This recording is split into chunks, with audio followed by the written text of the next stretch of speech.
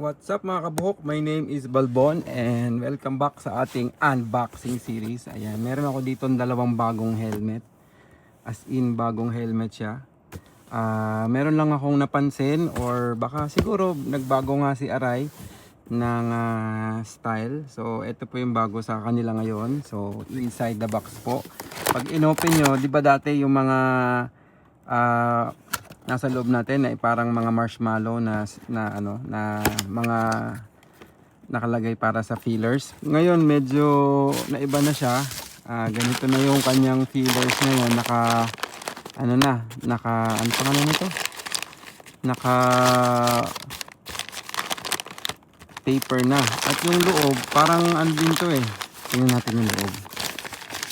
Ano ba yung inside niya? Tingnan natin.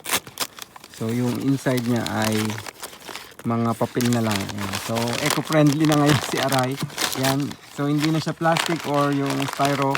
At ganito na yung kanilang nilalagay na fillers. Tapos meron ipapakita pa ako sa inyo. Yan. Lagay muna natin siya dito. Yan. Pero yung box same pa din siya. Wala namang pinagkaiba. Yun lang fillers. At yan. So diba? Yan bago. So bago yung kanilang fillers. So ayan, check out natin.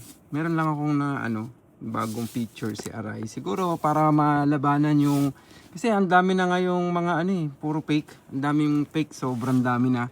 So kaya kayo ingatan niyo yung pera niyo.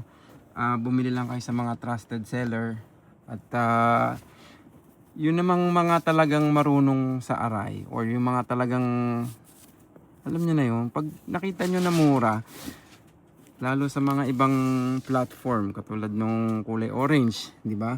Sa mumura lang. So, isipin niyo na fake agad talaga yon. So, ito ay 2006 model. Makikita niyo po yung date code ng Aray. Dito, yan. No? Ito yung kulay blue, yung parang kanyang serial number. Tapos, meron po nakalagay dito sa kabila. At nakalagay po dito ay isusum lang natin, ha? Zoom lang natin para makita ninyo. Yun. So ang nakalagay po dito ay 260629. So ang ibig sabihin po noon, ginawa ito ng year, month, date. So 2026 June 29. So bagong-bago lang po siya.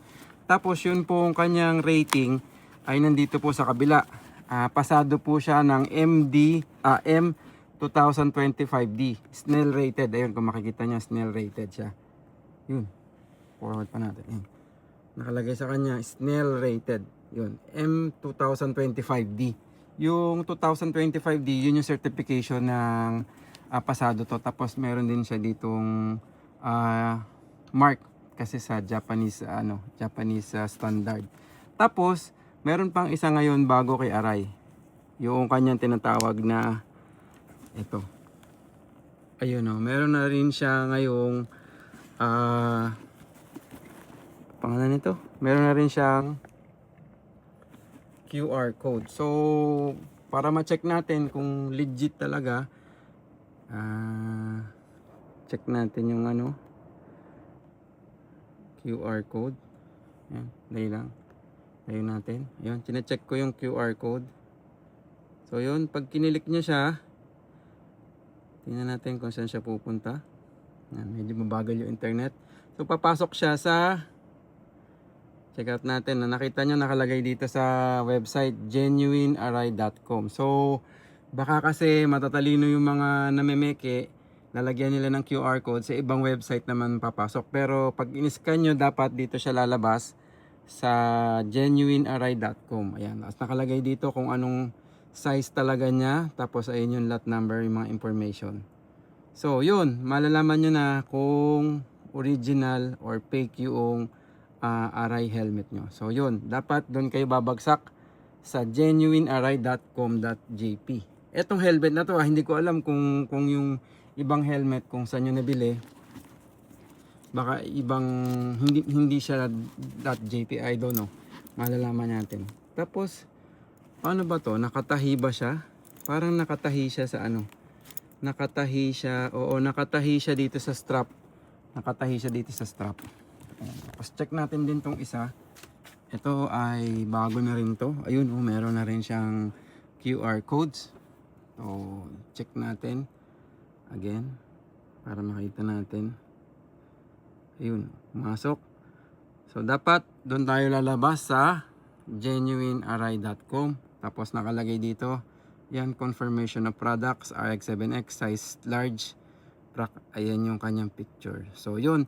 Sana po ay makatulong tayo sa mga iba.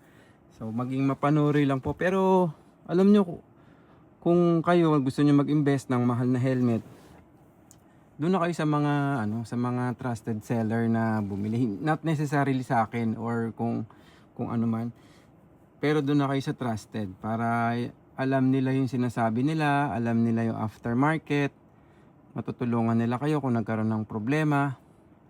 Minsan kasi 'di ba yung iba nagbebenta ng mas mababa sa, katulad for example, mas mababa sa akin. So, yun yung marketing nila. So, okay, wala tayong problema doon. Pero yung pong aftermarket, ako po, I can attest na kung ano po yung problema ng helmet nyo or kung ano man yung maitutulong ko if ever magka-problema, gagawin po natin lahat yun. Yun po ay guarantee. Yan. So, maraming salamat po sa patuloy yung panonood ng ating mga videos. Check nyo na lang po ako sa mga social media kung meron kayong TikTok, Instagram, YouTube, yan, nag-upload ako doon. And then, yun lang. Comment tanong kayo, DM lang kayo sa akin. Maraming salamat. Ride safe. Peace out.